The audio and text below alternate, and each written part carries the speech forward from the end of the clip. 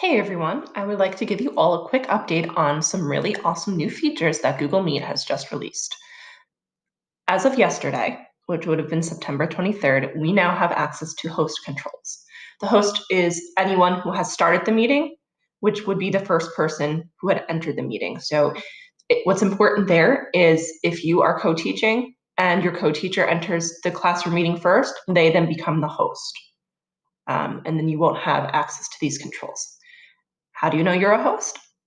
Well, if you see in the lower left-hand corner of the screen, there's a little shield here, and that will help open the host controls. Once I click on it, it gives me three options. There's quick access, sharing of screens, and chat messages. These will all automatically be enabled. If you turn quick access off, what happens is it creates something sort of like a waiting room. Now, this means that anytime a student joins or a co-teacher, just someone who has not started the meeting, you will have to actually allow them to enter.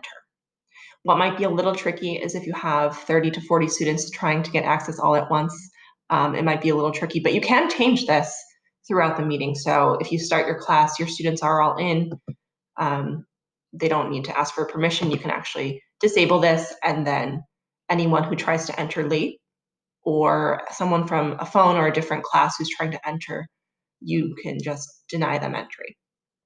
You also have the option to let everyone share their screen. You can disable that so students can't override your screen. And you can enable and disable chat messages. So while a lot of us are using chat for formative assessment and questions, maybe if something gets out of hand and you need to shut down the chat very quickly, you can just disable that.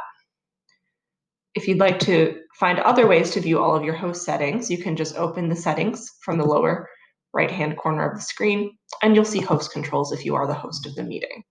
And what's nice is that if you enter this way, it actually gives you a little more information. So you'll see quick access gives you the rundown of people who can't join anonymously, which is great for our security, and only hosts can dial out of a meeting as well.